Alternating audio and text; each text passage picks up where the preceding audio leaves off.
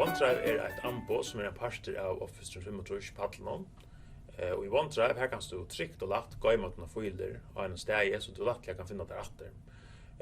Filene blir gøymt der I skeiðinum, det betyr at du har adgang til der alle stedene fra. Og det betyr at du arbeider med dem, så skal du ikke huske om å gøyma sånn. Vi kjenner ofte at vi har arbeidet I en fil I lenge tøy, og så det også hent, og så knappt har vi mist tilfell som vi har arbeidet I en halvann tøyma eller en tøyma. Det hender ikke OneDrive, så OneDrive gøymer 4 til alle tøyna. I OneDrive er det til å deila filer vi ånder. Dette gjør at tid kunne skrive sammen I samme skjelle, og medan det hver sitt sted.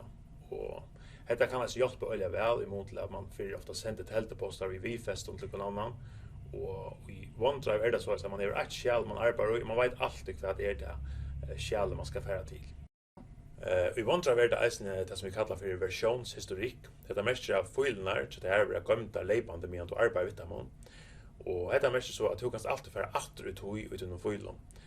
Om du har mistet okkur vekk som du saknar, så kan du alltid bakka en versjon eller tver atter. Så du har faktisk ångat at du mistet nega vekk. Og det en øyelig smart funksjon at det er.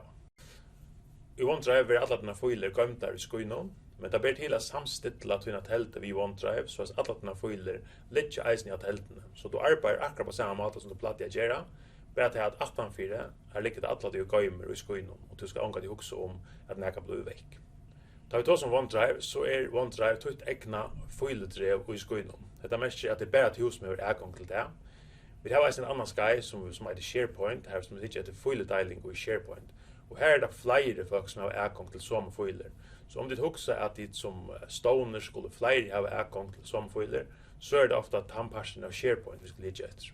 OneDrive lukka som til en sjølvan som du kan spjøve øren inn til tøyt filedrev. Av OneDrive-skeiðinum har jeg vet etter hvordan OneDrive hongur sammen, hvordan det har gømt I skeiðinum, hvordan du kan deila filer vi ånder, hvordan du kan styra filen så at ånder ikke langer har adgang til denne filer.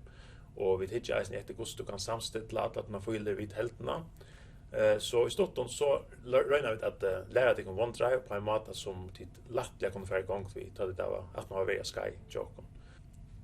Så velkomna Sky til Synergi og hesen anbonen og ring endelig om du har spurningar.